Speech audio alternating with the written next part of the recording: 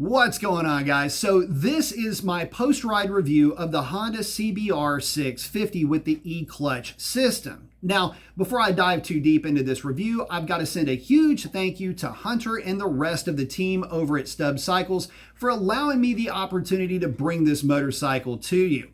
Now, the Honda CBR 650 is a pretty unique machine in its class. In that class is that sub 100 horsepower sport bike category.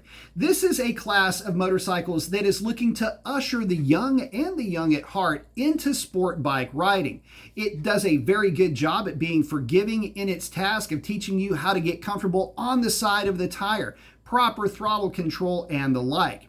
Lacks a ton of the adjustability that its fire-breathing 600cc Super Sports bring to the table, as well as, well, it's a lot more sedate with the power that it makes. But what it does offer up is a very fun sporting experience and a motorcycle that, with the CBR 650 being the only four-cylinder in its class, will offer up a pretty sweet sounding soundtrack to go along with it. At least it sounds like its more hot-rodded cousins. But if you're watching this video, chances are you know all about this class of bike, and what you're really interested in is what is it like to ride a motorcycle with this e-clutch system? So that's what I want to focus on. The motorcycle itself, it's an amazing machine and it's at the top of its own class.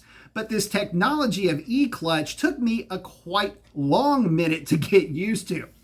So let me break it down for you like this. Think of this motorcycle as having a quick shifter that you just never have to use a clutch to use the actual motorcycle as a conveyance. But it's got a clutch there just in case you needed it.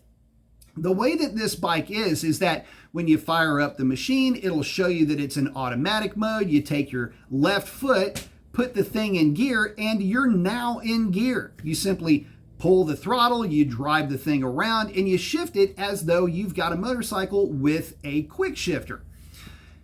But that's where the weirdity starts in a way, because the motorcycle having a clutch, if you're used to riding a motorcycle with a clutch and not a DCT alone or a scooter with no provision for gear shifting at all, you'll find that you still reach for that clutch. And when you do, you are turning off the system, so to speak, until you slow down enough and then the system takes over and you just basically ride the motorcycle again as you normally would, except it's got a clutch that you don't use. See what I mean? The strange thing about riding this bike is that I can understand from a beginner's point of view where this technology would be a lifesaver.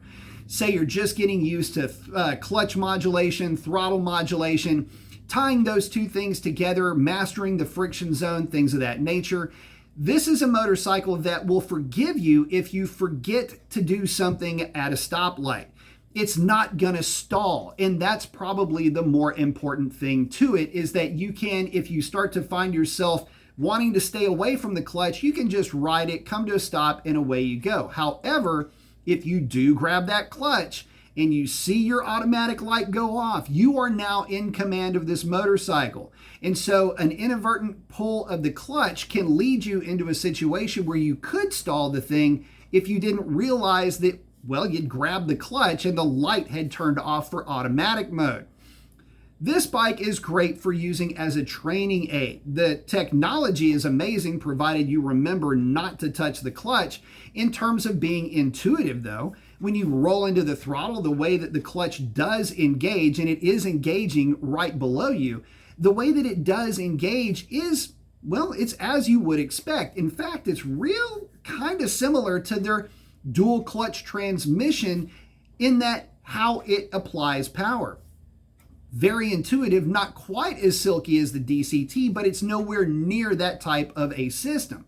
And so to ride this bike around, once you get it out of your head that there's a clutch lever there, forget about the clutch lever, just ride the bike in automatic mode, it's actually pretty good because you can treat it as though it's just a motorcycle with a quick shift, and it is a very silky quick shift at that. In a way, the system, the way that it allows for up and down shifting, is in many ways better than some of the quick shifters that I've ridden.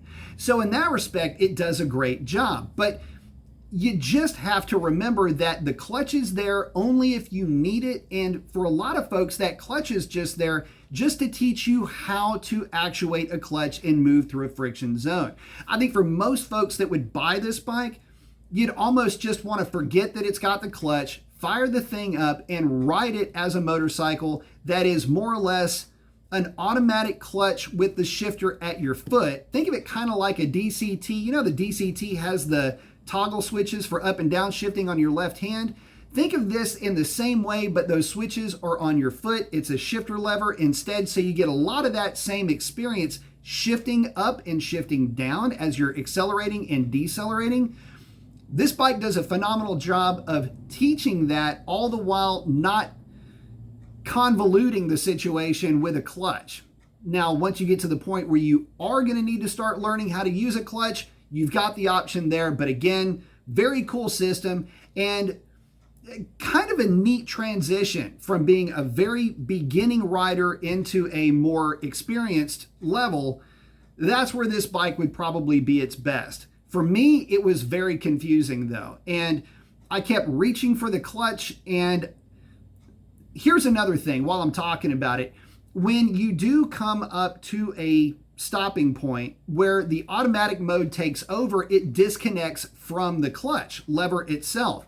And so the clutch lever just kind of flops around. You'll see that in the ride-along video. I'll post a link in the description below. That's kind of a weird thing, but again, minor distraction, easy price to pay for the benefit that you get from the system in total. All in all, very cool stuff, and with more time and with more patience with myself, I'm pretty sure that I could get very used to it and learn to employ it and probably be very happy with the system. You guys, if you've got experience with this system, post up your comments down below. Let me know how your transition was into using an e-clutch, or if you started out with an e-clutch, what was it like going from that system maybe to a more conventional clutch system? Love to hear about it. Post up and let me know, and hope to catch you on the next one. Thanks for stopping by.